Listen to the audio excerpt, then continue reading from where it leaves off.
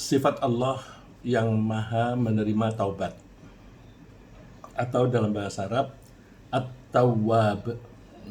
At-Tawwab artinya Allah maha menerima taubat. Karena Allah itu maha menerima taubat, karena Allah adalah maha menerima taubat, maka saat ini adalah kesempatan yang baik bagi kita untuk bertaubat agar kita bisa menggugurkan, atau agar Allah menggugurkan dosa-dosa kita dan kita tidak dimasukkan ke nerakanya Allah, dan sebaliknya Allah memasukkan kita ke dalam surganya. Banyak di antara kita gelisah karena terlanjur banyak berbuat dosa. Kita telah berbuat dosa jika kita melaksanakan atau melakukan hal-hal yang dilarang oleh Allah, atau kita tidak melaksanakan kewajiban yang diperintahkan oleh Allah. Jadi berbuat dosa itu bisa karena melakukan pekerjaan atau bisa juga tidak melakukan pekerjaan. Saya ulang, kita dinyatakan telah berbuat dosa jika kita tidak melaksanakan kewajiban yang ditentukan oleh Allah, atau ketika kita tidak melaksanakan kewajiban yang diperintah oleh Allah, seperti misalnya sholat 5 kali sehari, puasa bulan Ramadan. Kalau ada orang yang tidak melakukan itu, berarti dia telah berbuat dosa. Kita dulu banyak melakukan dosa-dosa atau kesalahan-kesalahan, baik besar maupun kecil, dengan sengaja maupun tidak sengaja, bahkan sadar atau tanpa sadar.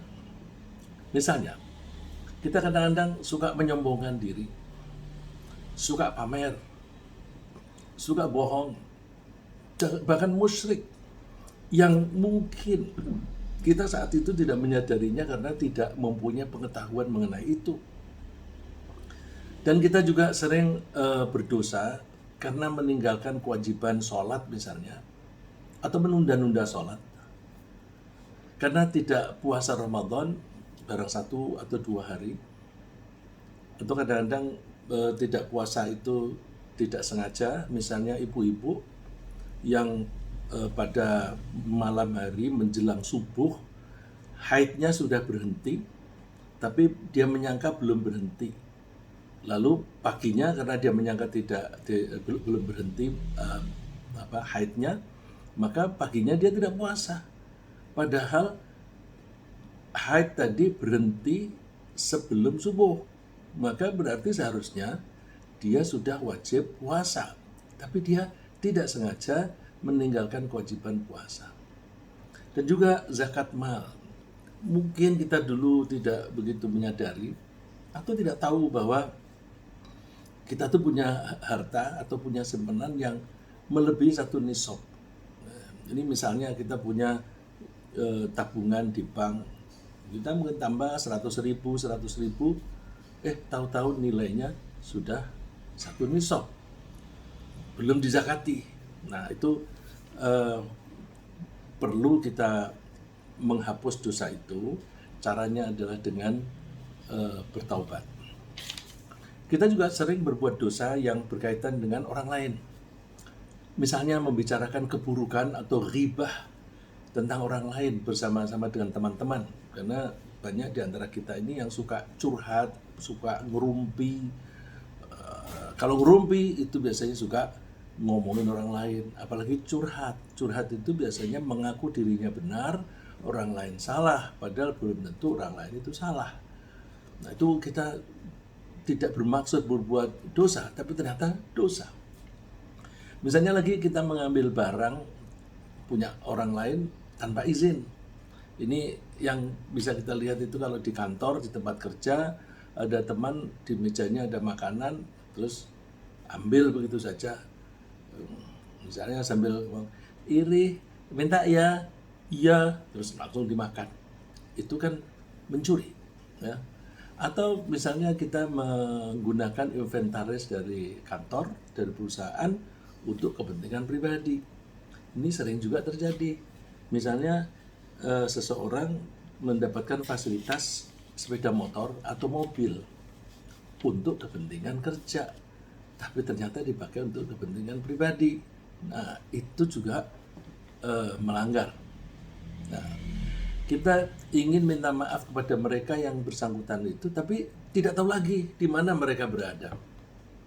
Dan kalaupun kita bisa bertemu dengan yang bersangkutan, cukupkah kita mengatakan minta maaf ya lahir batin, terutama pada bulan pada Idul Fitri, karena selamat Idul Fitri, mohon maaf lahir batin. Apakah itu hanya lip service atau minta maaf beneran? Itu seringkali kabur. Tetapi kalau ada di antara kita misalnya, aku pernah berbuat salah pada dia. Terus, wah ini mumpung lebaran saya mau minta maaf pada dia. Cukupkah kita misalnya, mohon maaf ya lahir batin. Apakah itu sudah melebur kesalahan-kesalahan kita terhadap dia yang lalu? Nah, tanpa menyebut kesalahan secara rinci.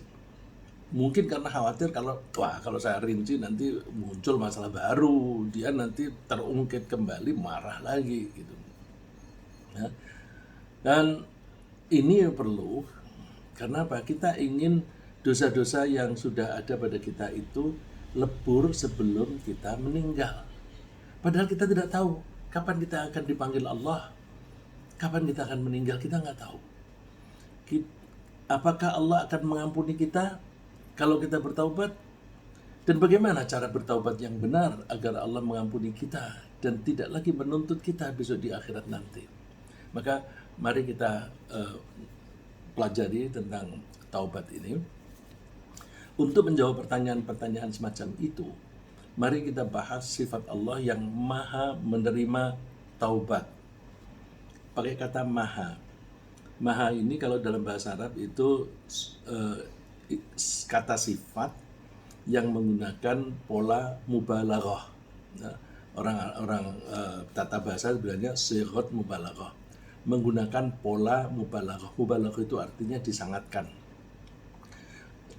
Disangatkan itu kalau berupa sifat, maka sifat itu berarti begitu besar, misalnya sabar. Kalau maha sabar berarti sabarnya itu luar biasa, kita tidak bisa membayangkan, ini hal yang abstrak gitu. Pokoknya besarnya kesabarannya itu sangat besar dan sangat luas. Tapi kalau berupa tindakan, misalnya mengampuni itu kan pekerjaan. Kalau suatu pekerjaan dikatakan maha atau pakai disangatkan, maka itu artinya diulang lagi. Kalau Allah maha menerima taubat, berarti orang itu berbuat salah dimaafkan. Terus dia berbuat salah lagi, minta ampun lagi, dimaafkan lagi. Berbuat salah lagi, dia maafkan lagi. Nah, itu maha menerima taubat. Ya, kalau contoh adalah untuk orang sehari-hari, kalau dia mencuri sekali, itu tidak disebut maling. Ya, dia pernah mencuri. Tetapi kalau dia mencuri berkali-kali, maka itu maling. Nah, maling itu pola mubalaghah, pola yang disangatkan. Ya. Namun sebelum itu kita bahas dulu tentang karakter kita manusia. Rasulullah SAW sendiri mengakui bahwa manusia memang sering melakukan kesalahan. Sebagaimana Rasulullah dikutip oleh Anas bin Malik, beliau bersabda, "Kullu bni Adama khatta'un wa khairul khatta'ina at-tawwabuna." Ini ada sighat mubalaghah lagi yang menyangatkan. Ya. Kullu bni Adam, semua anak Adam, artinya semua manusia, khatta'un, sering melakukan kesalahan. Nah, ini kalau sering begini berarti maha. Kadang-kadang kita mengakui orang itu maha. Kalau belajar di tingkat SD sampai dengan SMA disebut siswa. Tapi Ketika mahasiswa lebih tinggi lagi disebut mahasiswa. Nah, khata itu maha melakukan kesalahan untuk manusia. Jadi artinya dia berbuat salah lagi, berbuat salah lagi, berbuat salah lagi. Bagaimana dong kualitas kita nanti kita bisa masuk neraka? Rasulullah melanjutkan wa khairul khatta'ina at-tawwabun. Sebaik-baik orang yang berbuat salah adalah orang yang selalu minta maaf. Jadi berbuat salah, ya memang kita nggak bisa menghindari berbuat salah. Kita sudah berusaha untuk menghindari kesalahan itu, tapi ada saja dengan tidak sengaja. Tentu kita harus berusaha bagaimana tidak terulang lagi. Tapi seringkali kita sudah berusaha, tetap aja mengulang lagi. Ya. Nah, bagaimana kita tidak diampuni nanti? Nggak usah gelisah. Ya, dari segi manusianya itu memang suka berbuat salah, dan yang membuat kita suka berbuat salah itu siapa? Yang membuat Allah juga. Tapi kita jangan lalu aku berbuat salah ini memang dibuat oleh Allah terus tidak minta maaf, ya salah lagi. Ya. Kita memang mempunyai karakter sering berbuat salah, maka Allah itu menjanjikan akan mengampuni semua dosa kita. Coba kita perhatikan firman Allah di surat Az-Zumar ayat 53. Qul ya ibadiyalladzina asrafu ala anfusihim la taqnatu min rahmatillah. Katakan, wahai hamba-hambaku yang suka melampaui batas terhadap dirinya sendiri, pesannya la taqnatu min rahmatillah. Janganlah kalian putus asa pada kasih sayang Allah. Kasih sayang Allah berupa apa? Innallaha yaghfirudz dzunuba jami'a. Sungguh Allah mengampuni dosa-dosa semuanya. Jadi diyakinkan pakai inna itu sungguh, kemudian dikuatkan lagi dengan semua. Innallaha yaghfirudz dzunuba jami'a. Sungguh Allah mengampuni dosa semuanya. Innahu huwal ghafurur rahim. Sesungguhnya Allah adalah yang maha pengampun dan lagi maha penyayang. Ya, jadi dengan adanya ayat ini kita yakini bahwa bisa Allah itu memaafkan kita sebesar apapun dosa kita. Bahkan Allah menyebutkan bahwa bagi orang yang mau memohon ampunan, dia siap mengampuni semua kesalahannya, seberapapun dosanya. Ada sebuah hadis yang agak panjang ya. Ya ibna Adam innaka ma da'autani wa rajautani ghafartu laka ala ma kana fika wa la ubali. Ya ibna Adam law balaghat dhunubuka anana as-sama' thumma astaghfartani ghafartu laka wa la ubali. Ya ibna Adam innaka law ataitani bi qurabil ard khataya thumma laqitani la tusyriku bi syai'a la ataituka bi qurabiha maghfirah. Ya. Allah berfirman, wahai anak Adam, tidaklah engkau berdoa kepadaku dan berharap kepadaku melainkan aku ampuni dosa yang ada padamu, dan aku tidak peduli seberapa banyak, seberapa besar dosa itu. Wahai anak Adam, seandainya dosa-dosamu itu mencapai setinggi langit, kemudian engkau meminta ampun kepadaku, niscaya aku akan mengampunimu. Dan aku tidak peduli seberapa banyak, seberapa besar. Wahai anak Adam, seandainya engkau datang kepadaku dengan membawa kesalahan sepenuh bumi, kemudian engkau menemuiku dengan tidak menyekutukan sesuatu apapun denganku, niscaya aku akan datang kepadamu dengan ampunan sepenuh bumi pula. Nah, tapi di sini ada disebutkan syaratnya, jangan menyekutukan Allah. Jadi kita jaga jangan sampai pernah kita itu menyekutukan Allah. Banyak orang menyekutukan Allah itu tidak sengaja.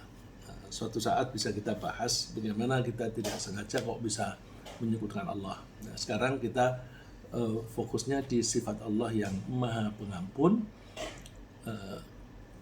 itu sangat menguntungkan kita karena kita ini maha membuat kesalahan.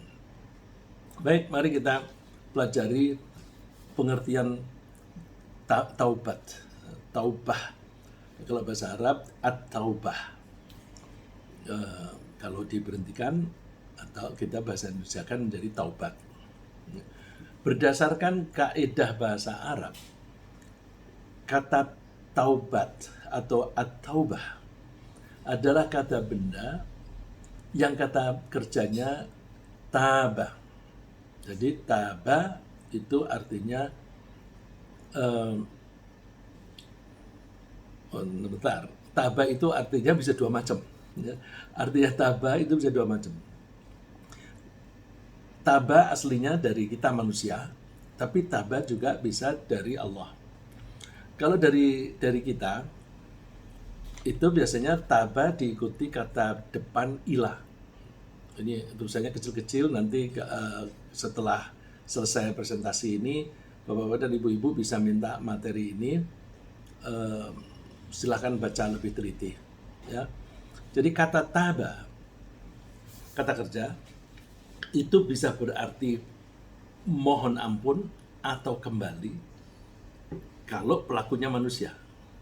Tapi kalau taba pelakunya Allah, maka artinya menerima taubat atau mengampuni.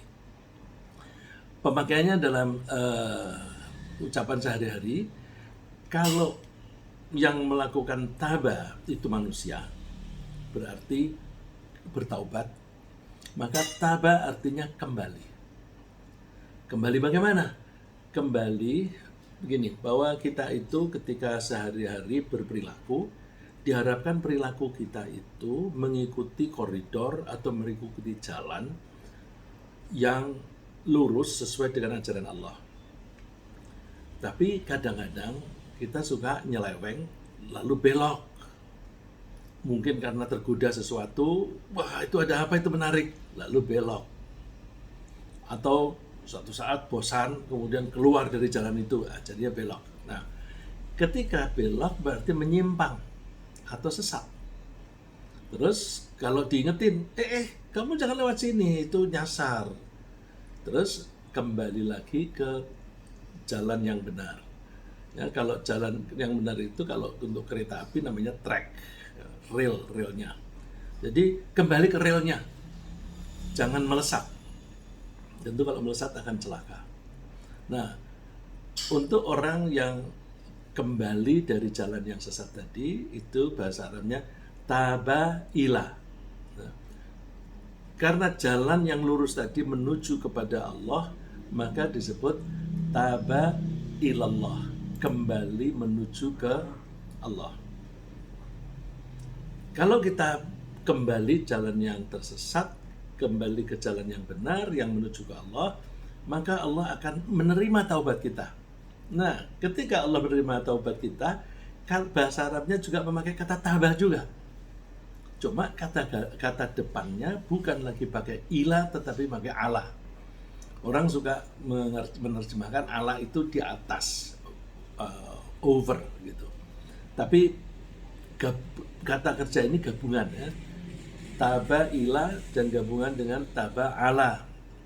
Ini kalau yang biasa belajar bahasa Inggris itu saya kira bisa memahami. Misalnya leave, leave. Leave itu bisa berarti meninggalkan suatu tempat, bisa berarti menuju ke tempat lain.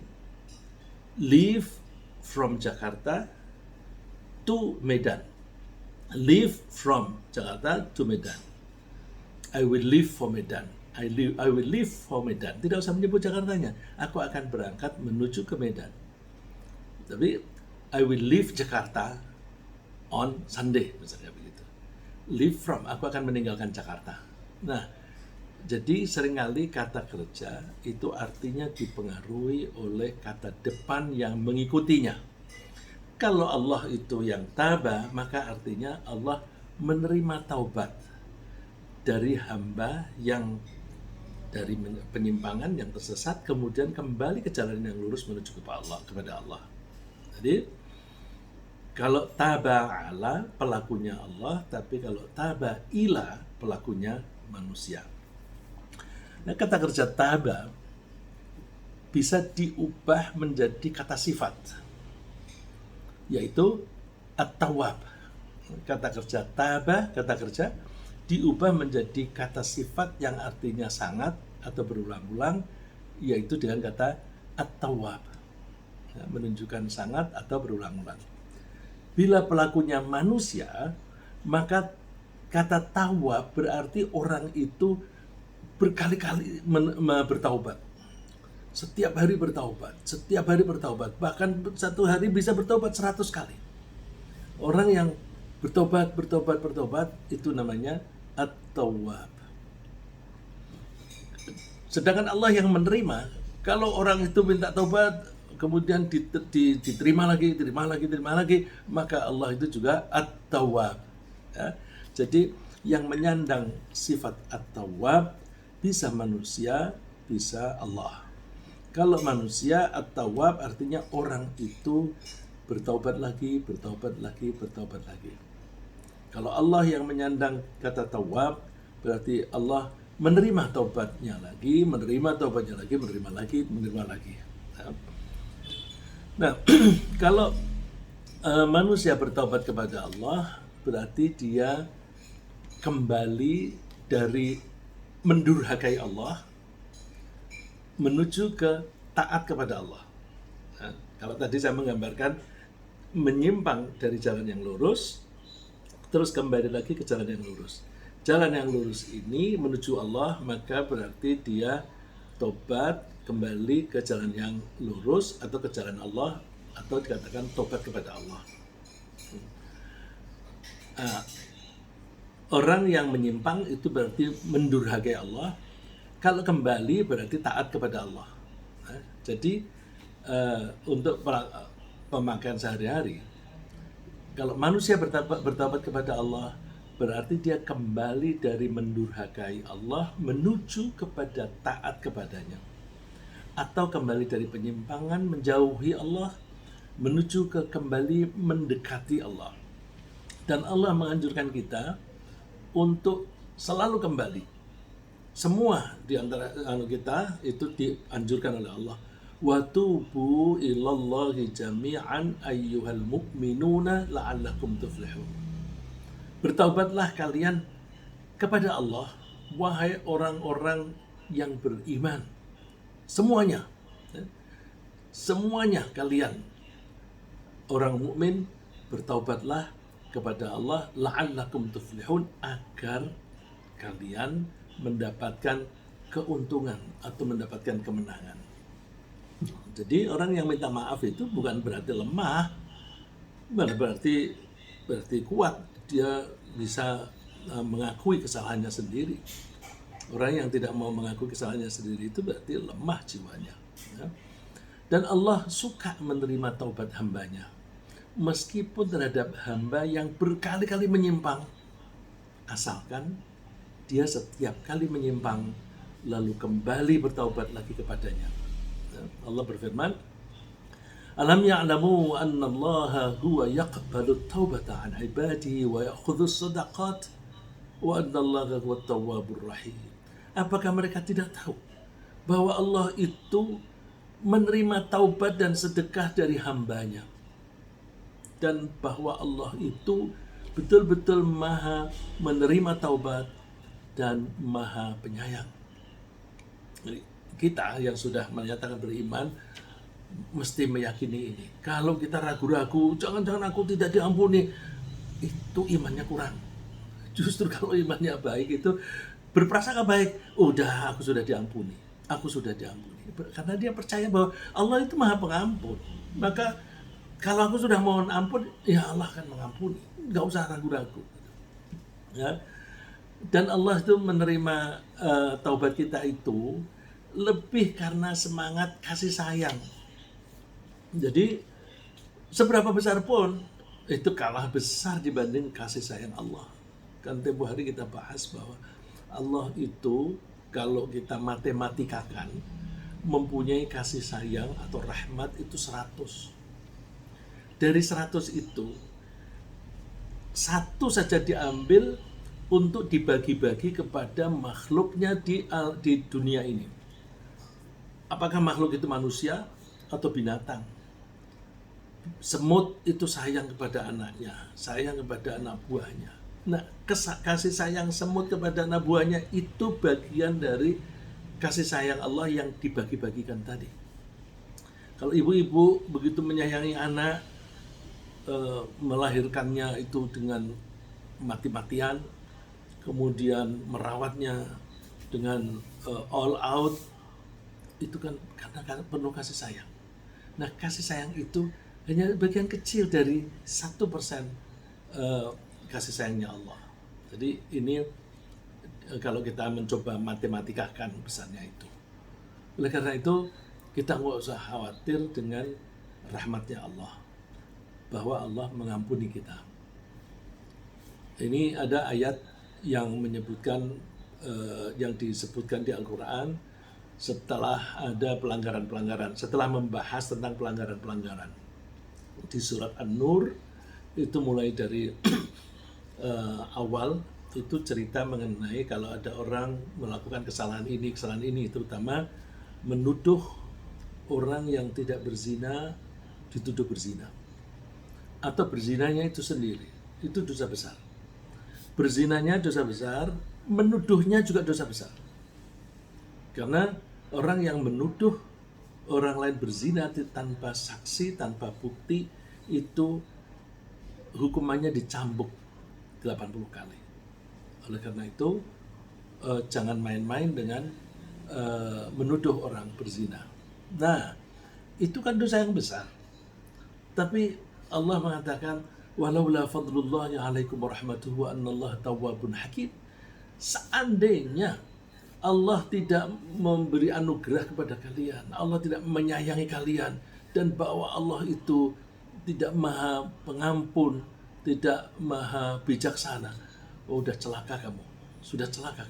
Jadi untung Allah itu maha menerima taubat dan maha bijaksana, dan Allah siap memberikan kasih sayangnya. Sungguh beruntung orang-orang yang mau bertaubat.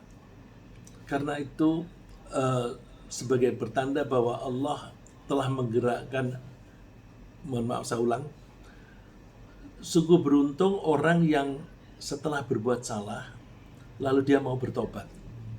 Kenapa beruntung?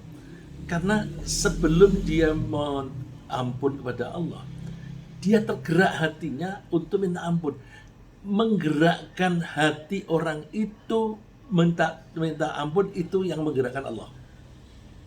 Jadi kalau kita mau bertobat kepada Allah, mesti bersyukur. Alhamdulillah, Allah memberi aku kesadaran untuk mengakui kesalahan ini dan untuk mohon ampun. Firman Allah, "Tsumma taba 'alaihim liyatubu innallaha huwat tawwabur rahim." Jadi kalau kita mempelajari ini, menerjemahkan kata per kata, kedengarannya aneh. Tsumma taba 'alaihim, kalau hanya dari harfiah ya, kemudian Allah menerima taubat mereka, liyatubu, agar mereka bertaubat. Gimana ini? Mereka Allah menerima taubat mereka agar mereka taubat. Oh, ini pengertiannya bukan begitu. Pengertiannya adalah bahwa Allah menggerakkan hati mereka untuk bertaubat agar nanti Allah menerima taubat mereka. Nah, saya ulang, Allah menggerakkan hatinya untuk bertaubat, kemudian orang itu bertaubat. Setelah orang itu bertaubat, innallaha huwat tawwabur rahim, sesungguhnya Allah itu maha menerima taubat dan maha penyayang. Nah, sebenarnya setiap ada seorang hamba yang sedang melakukan penyimpangan, jadi misalnya saya sedang melakukan penyimpangan, melakukan dosa, itu Allah karena kasih sayangnya itu menunggu, nyimpang dia, coba kapan dia minta ampun. Kalau dia minta ampun, aku ampuni. Jadi kalau dipersonifikasi, kalau orang misalnya, saya sedang berbuat salah, Allah mengamati, Rizza melanggar dosa itu. Coba kapan dia minta maaf? Kapan dia berhenti? Terus kemudian kok saya sadar, terus saya berhenti dan minta ampun. Nah, yang menggerakkan kesadaran dan minta ampun itu Allah. Nah, sebelum saya minta taubat, Allah itu sudah siap untuk mengampuni. Jadi dengan kata lain, begitu ada orang yang berbuat dosa, Allah itu sudah nunggu kapan dia minta maaf gitu. Dan Allah siap menerima taubatnya. Coba kalau kita pelajari ini ayat ini, insya Allah semua pada hafal karena ini di surat An-Nasr. Fasabbih bihamdi rabbika wastaghfir innahu kana tawwaba. Sucikanlah Allah sambil memujinya dan mintalah ampun kepadanya. Terus ini sikap Allah, innahu kana tawwaba. Sesungguhnya Allah itu sudah memiliki sifat maha menerima taubat.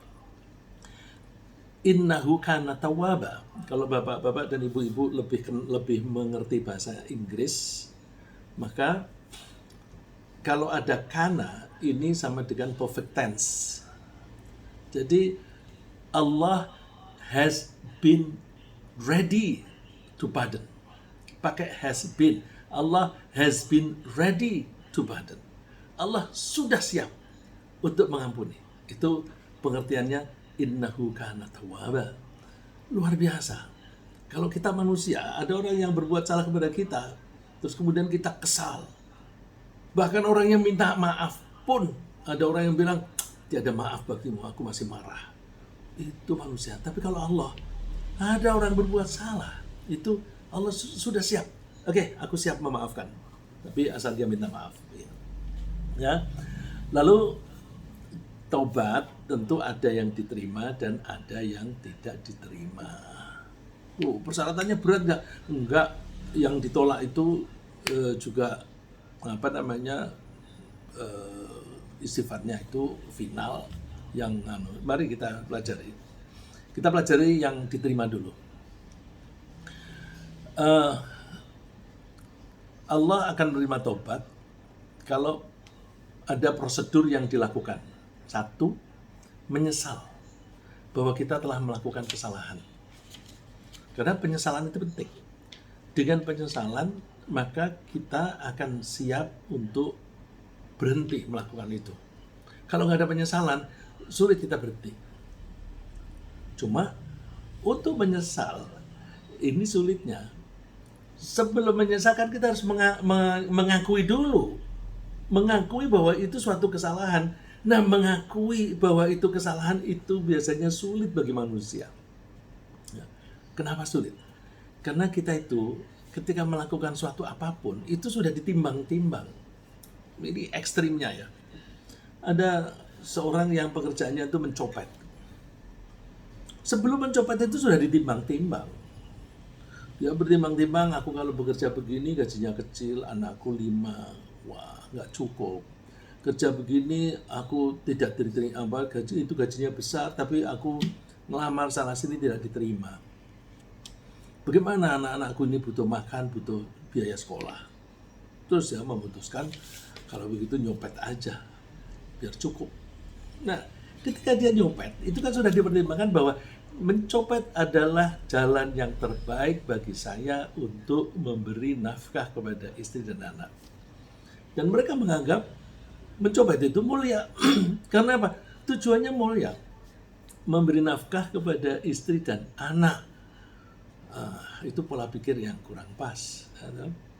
Tapi orang yang semacam itu, kalau dia menganggap bahwa ini pekerjaan mulia, mohon maaf saya mengatakan ini berdasarkan suatu saat dulu ada wawancara TV, para copet itu diwawancara, kemudian mereka menjawab, jawabannya seperti itu, bahwa ya udah saya mencopet saja, kan aku untuk digunakan memberi nafkah kepada keluarga dan menyekolahkan anak-anak. Jadi pekerjaannya itu dianggap mulia. Itu di wawancara di televisi, cuma wajah orangnya dikaburkan. Nah, kalau kita tidak mengenali bahwa itu menyimpang, bahwa itu salah, kita nggak bisa menyesal. Ya. Jadi kalau Rasulullah mengatakan di hadisnya, an-nadamu taubah. Pendek. An-nadamu taubah. Menyesal itu tobat. Jadi berarti kalau mau tobat harus ada penyesalan. Atau kalau paling tidak kita bilang tobat itu menyesal itu bagian dari tobat. Setelah kita mengenali dosa kita, kita menyesal, kemudian kita mohon ampun atau mohon maaf. Ya, bila kesalahan itu hanya berkaitan dengan Allah saja, misalnya karena meninggalkan sholat wajib, maka itu berarti kesalahannya hanya antara kita, manusia, dan Allah. Maka mohon ampunnya cukup hanya kepada Allah. Tapi bila kesalahan itu bersangkutan dengan orang lain, kita mesti minta maaf dulu kepada orang yang bersangkutan. Setelah itu mohon ampun juga kepada Allah. Cukup nggak kalau kepada manusia saja? Nggak cukup. Karena apa? Setiap pelanggaran terhadap orang lain itu pasti melanggar pada Allah. Kenapa? Karena semua yang merupakan pelanggaran kepada orang lain itu dilarang oleh Allah. Misalnya, saya mengambil duitnya orang lain. Duit itu hak dia. Kalau itu hak dia kemudian saya mengambilnya, mencurinya, berarti saya melanggar larangan Allah. Allah melarang kita mencuri. Nah, jadi kalau kita melanggar Allah, melanggar ketentuan Allah, belum tentu berkaitan dengan orang lain. Tapi kalau kita melanggar hak orang lain, pasti melanggar peraturan Allah. Jadi kalau kesalahan itu murni hanya berkaitan dengan Allah, atau seringkali disebut haqqullah, maka cukup mohon ampun kepada Allah. Tapi kalau berkaitan dengan orang lain, kita harus minta maaf kepada yang bersangkutan. Wa may ya'mal su'an aw yadhlim nafsahu thumma yastaghfirillah yajidillahu ghafurur rahim. Siapa yang berbuat salah dan dia menzalimi diri sendiri, bukan orang lain, kemudian dia mohon ampun kepada Allah, dia pasti akan mendapatkan Allah itu Maha Pengampun dan Maha Penyayang. Pelanggaran terhadap hak orang lain perlu diselesaikan sekarang. Jangan ditunda-tunda. Sekarang itu kapan? Ya mumpung kita masih hidup dan sesegera mungkin. Karena keadaan bisa berubah. Saya melanggar pada teman saya namanya Budi misalnya. Terus aku minta maaf besok aja deh. Nggak taunya sore-sore meninggal dia. Aduh, aku belum minta maaf. Dia sudah keburu meninggal. Itu kan menjadi hilang kesempatan. Ya. Jadi begitu kita berbuat salah, cepat-cepat minta maaf. Ya. Dan permohonan maaf tidak harus disertai dengan penyebutan kesalahan secara spesifik untuk orang yang masih hidup. Ya tentu kita minta maaf kepada orang yang masih hidup. Cukup maafkan ya semua kesalahanku. Itu udah cukup. Ya. Karena apa? Kalau belum diselesaikan di dunia, nanti yang melanggar itu belum bisa masuk surga jika dia belum menyelesaikan urusannya dengan orang yang bersangkutan. Dan yang dimintai maaf, maafkan. Karena apa? Kalau orang itu sudah minta maaf, tapi dia tidak mau memaafkan, orang yang dimintai maaf tadi, besok di akhirat itu belum bisa masuk surga kalau belum bisa menyelesaikan urusannya ini. Jadi, udahlah, kita yang bersalah, minta maaf. Dan kalau ada orang minta maaf, nggak usah pikir panjang, maafkan saja. Nah, karena itu akan mempersulit kita kalau kita tidak segera memaafkan. Di padang mahsyar, di tempat yang luas yang kita semua akan dikumpulkan, Allah akan memanggil orang-orang yang berurusan antar mereka agar diselesaikan. Allah mengumumkan, pengumumannya begini. Ini suatu saat hadis ini sudah pernah saya bacakan. Anal Malik, anad Dayyan, wala yanbaghi li ahadin min ahli an-nar ay yadkhula an-nar wa lahu 'inda ahadin min ahli al-jannah. Ahaqqun hatta aqussahu minhu. Dan seterusnya, agak panjang artinya saja. Allah mengumumkan kepada halayak manusia yang semuanya memahami pengumuman Allah ini. Allah mengatakan, aku raja dan aku akan membalas semua apa yang kalian lakukan. Baik aku balas baik, buruk aku balas dengan buruk. Terus insinya, seorang calon penghuni neraka tidak boleh masuk neraka sebelum dia menyelesaikan urusannya dengan orang ahli surga. Kalau sudah diselesaikan, baru dia boleh masuk neraka. Ini kan kasih sayang Allah. Kasih sayang Allah bahwa orang yang belum menyelesaikan urusannya, itu masuknya neraka ditunda-tunda. Bagi dia. Tapi bagi calon penghuni surga, dia tidak bisa masuk surga sebelum urusannya dengan penghuni neraka itu selesai. Jadi akan dipertemukan dulu. Dipertemukan, bisa saling memaafkan enggak? Jadi di akhirat saja itu ada penyelesaian. Tapi penyelesaiannya gimana? Para sahabat bertanya, gimana Allah, Rasulullah? Dua orang yang saling bersalah, kalau penyelesaiannya urusannya itu adalah hutang piutang, itu kan dengan harta. Semua orang besok di padang mahsyar itu menghadap Allah telanjang, tidak punya pakaian, tidak punya harta apapun. Bagaimana dia bisa membayar? Rasulullah menjawabnya, bil hasanat was sayyi'at. Transaksinya itu dengan kebaikan dan keburukan. Kalau ada calon penghuni surga berbuat salah kepada orang penghuni neraka, oh ya, aku dulu pernah utang sama kamu. Bayarnya dengan amal baik dia. Bayar, kurangi. Nah, kalau dosa dia banyak, bisa-bisa dia defisit. Kalau defisit nggak jadi masuk surga. Nanti ke neraka dulu. Setelah neraka beberapa lama, baru ke surga. Nah, jadi kalau kita segera menyelesaikan urusan kita di dunia, itu berarti mempercepat urusan kita besok di akhirat. Ya. Jika tidak memungkinkan minta maaf kepada orang yang bersangkutan ketika hidup di dunia ini, dan tidak lagi diketahui di mana rimbanya, apa yang bisa dilakukan? Ada anjuran, mohonkan ampunan kepada Allah untuk dia. Jadi setiap hari atau setiap kesempatan, doakan dia. Mudah-mudahan Allah mengampuni dia. Nah, dengan doa kita, berarti kita memberi kebaikan kepada dia ketika kita masih di dunia. Kalau kita sudah bisa memberikan kebaikan ketika kita hidup di dunia, maka beban kita besok di akhirat sudah menjadi berkurang atau hilang. Jadi, manfaatkan kehidupan ini. Kalau dia sudah nggak ada, waduh, dia sudah meninggal, atau dia pindah, saya nggak tahu kemana pindahnya. Doakan saja. Doakan, semoga Allah mengampuni dia, semoga Allah merahmati dia, dan sebagainya. Kemudian langkah yang ketiga, setelah menyesal, minta ampun, harus memperbaiki perilaku. Memperbaiki perilaku itu sesuai dengan kesalahan dia. Ya, setelah melakukan dosa, misalnya dosanya berupa kebohongan, maka perbaikan perilaku itu adalah dengan kejujuran.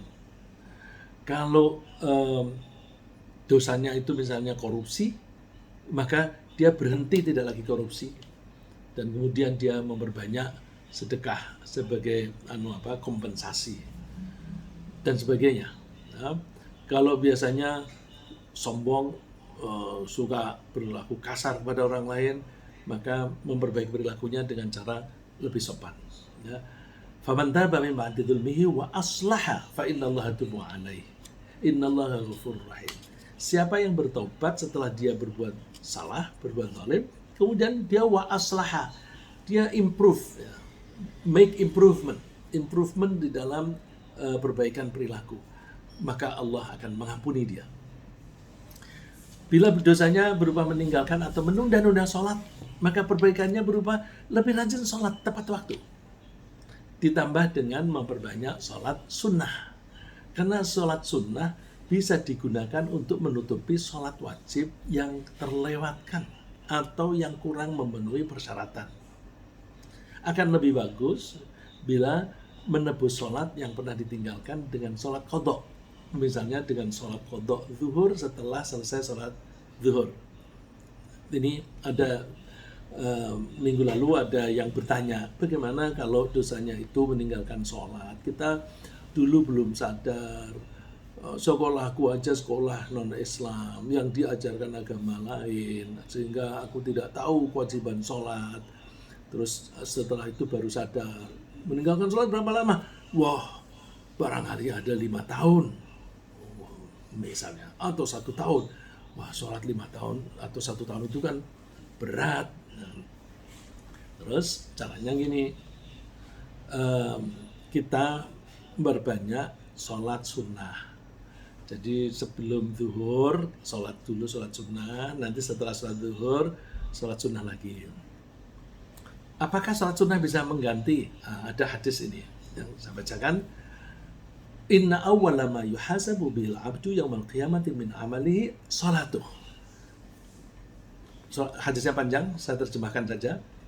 Sesungguhnya yang pertama kali besok diminta pertanggungjawaban, yang dihisab bagi seorang hamba di hari kiamat adalah sholatnya. Kalau sholatnya baik, beruntung dia, lolos. Tapi kalau sholatnya tidak baik, maka rugi dia. Dia tidak bisa masuk surga, dia akan masuk neraka. Tapi Allah maha pengasih. Dia akan mengatakan kepada malaikat yang mengurusi itu, coba lihat, dia kurang sholat, kamu lihat apakah dia punya sholat sunnah. Kalau ada, nanti pahala sholat sunnah dipakai untuk mengganti, menebus kedosanya yang kurang sholat wajib. Jadi sholat sunnah itu bisa menjadikan kompensasi terhadap dosa karena meninggalkan sholat wajib. Terus, apakah perlu sholat qadha? Lebih bagus kalau ditambah dengan sholat qadha. Misalnya, aku dulu pernah tidak sholat selama 1 bulan. Oke. Dalam 1 bulan, pasang satu program, habis sholat zuhurnya hari ini, terus diikuti sholat zuhur lagi, qadha. Nah, sholat qadha itu bedanya di niatnya. Kalau di niatnya itu, kalau sholat zuhur hari ini, kita biasanya pakai adaan. Ya, adaan lillahi ta'ala. Nah, kalau qadha, adaan diganti dengan qadhaan lillahi ta'ala. Jadi ganti adaan dengan qadhaan. Wah, aku nggak hafal bahasa Arabnya. Nggak usah bahasa Arab, nggak apa-apa. Karena niat itu di dalam hati. Karena niat itu dalam hati, maka kalau nggak bisa bahasa Arabnya pakai bahasa Indonesia, aku sholat zuhur 4 rakaat untuk mengganti sholat zuhurku di masa-masa yang lalu, yang saya lupa kapan. Lupa kita nggak apa-apa, Allah tidak lupa. Jadi untuk mengganti sholat zuhurku yang pernah aku tinggalkan. Terus setelah itu sholat sunnah. Ya, dengan begitu nanti mudah-mudahan kita bisa menutup. Nah, kalau aku baru program itu aku lakukan baru 3 hari, padahal aku hutangnya 1 bulan. Terus aku mati, gimana? Nggak apa-apa. Niatnya itu sudah mau menebus 1 bulan. Tapi baru 3 hari mati. Yang menghendaki mati siapa? Kan kita tidak ingin mati. Yang menghendaki mati Allah. Itu artinya Allah sudah menganggap cukup. Kamu lakukan 3 hari cukup. Sisanya aku anggap sudah ada. Oh, itu maha pengasihnya Allah. Ya. Jadi ini mudah-mudahan menjawab pertanyaan yang ada di minggu lalu. Yang keempat, tidak mengulangi kesalahan yang sama sebagai bukti penyesalannya. Saya tambahin dengan kesalahan yang sama, karena kita itu kan memang berbuat salah terus, tapi jangan sampai hari ini kita mengulang kesalahan yang sama kemarin.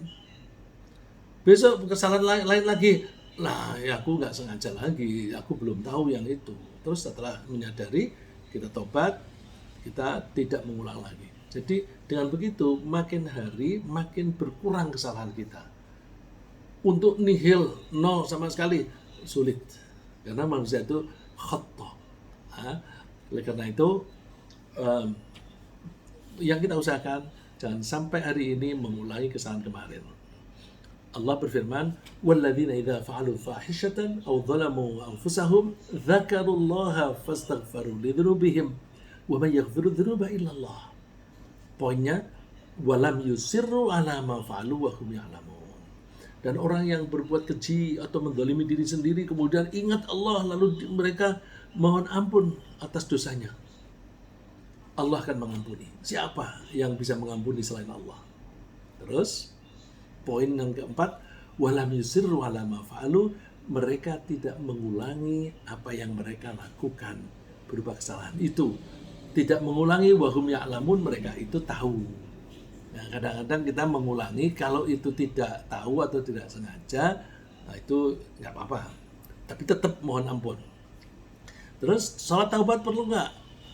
Lebih bagus kalau disertai dengan sholat taubat. Ya. Kalau tadi yang saya kemukakan itu ayat-ayat Al-Quran berarti dari Allah. Sholat taubat ini dari Rasulullah. Rasulullah itu kan diutus oleh Allah. Berarti apa yang dikatakan oleh Allah itu ya yang dikatakan oleh Rasulullah itu berarti dari Allah juga. Ya, Rasulullah mengatakan tidak ada seseorang yang berbuat dosa kemudian dia wudhu dengan sebaik-baiknya wudhunya, kemudian dia sholat 2 rakaat dan minta ampun kepada Allah, maka dia akan diampuni oleh Allah. Kemudian Rasulullah membaca surat Ali Imran ayat 135 yang tadi disebutkan, walladzina idza fa'alu fahishatan aw dzalamu anfusahum dzakarullaha fastaghfaru lidzunubihim wa may yaghfiru dzunuba illa Allah wa lam yusirru ala ma fa'alu wa hum ya'lamun. Ya, yang kita bahas yang di sebelumnya ini tadi. Ya.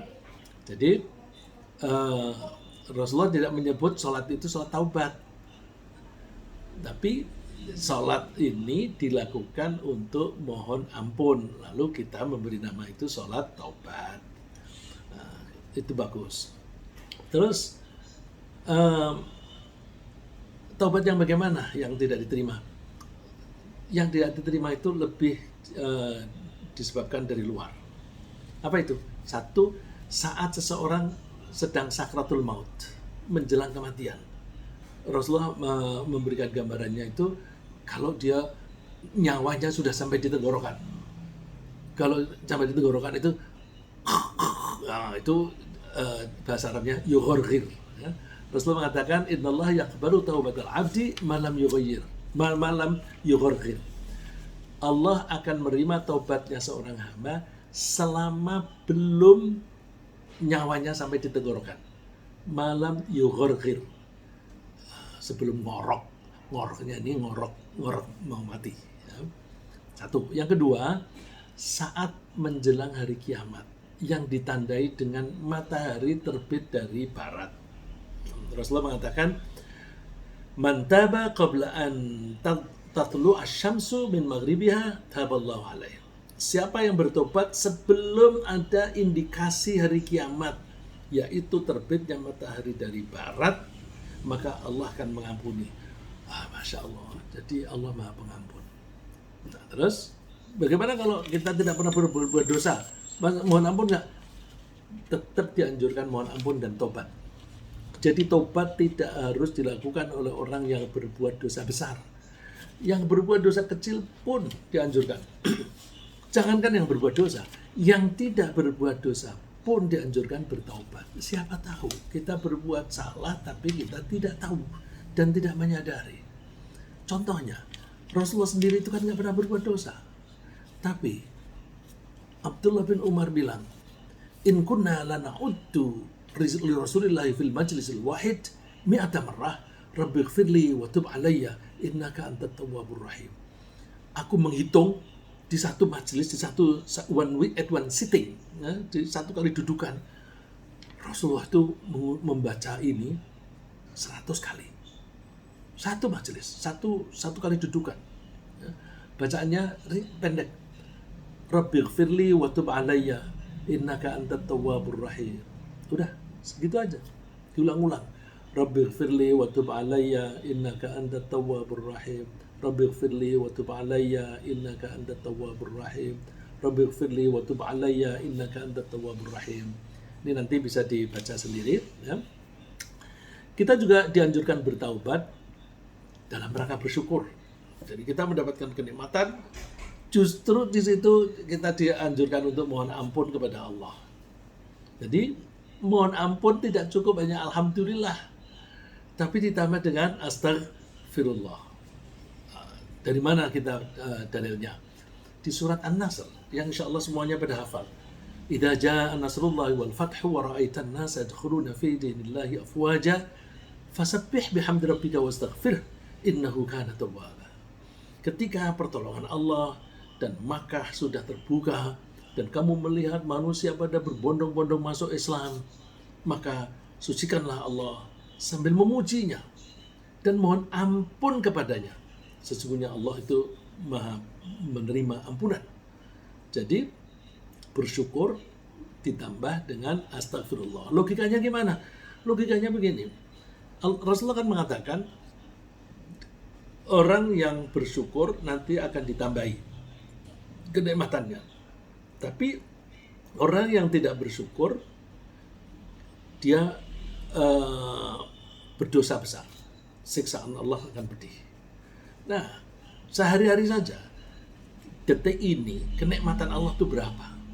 Kita sehat, mata kita bisa melihat normal, telinga kita bisa mendengar dengan baik, otot kita bisa bergerak dengan leluasa tanpa ada rasa sakit. Kenikmatan kita banyak, tapi yang kita syukuri sedikit. Ya, kita bisa suka menyingkat, alhamdulillah aku sehat. Nah, terus apakah terima kasih kita itu sama besarnya dengan kenikmatan dari Allah? Jauh. Karena jauh, maka ya Allah, ampunilah Allah, aku tidak bisa bersyukur kepadamu sama banyaknya dengan kenikmatan yang Engkau berikan kepadaku. Oleh karena itu, ampunilah saya tidak bisa bersyukur yang sebanding dengan kenikmatan yang Engkau berikan kepadaku. Jadi, bukan hanya ketika berbuat dosa, ketika kita mendapatkan kenikmatan saja, kita itu dianjurkan bertaubat. Maka mari kita perbanyak kita bertaubat, kita berbanyak istighfar, mohon ampun kepada Allah. Ya. Ringkasnya yang kita bahas pagi ini, setiap orang pasti sering melakukan kesalahan. Dan Allah bersedia mengampuni kesalahan itu asal dia mau bertobat, kembali ke jalan yang benar. Yang kedua, karena selalu bersedia mengampuni meskipun kesalahan berulang, Allah layak menyandang sifat at-tawwab, yaitu yang maha menerima taubat. Seorang yang diterima taubatnya ialah ia yang satu, menyesali kesalahannya, mohon ampun, memperbaiki perilaku, tidak mengulangi lagi kesalahan itu, dan sholat taubat.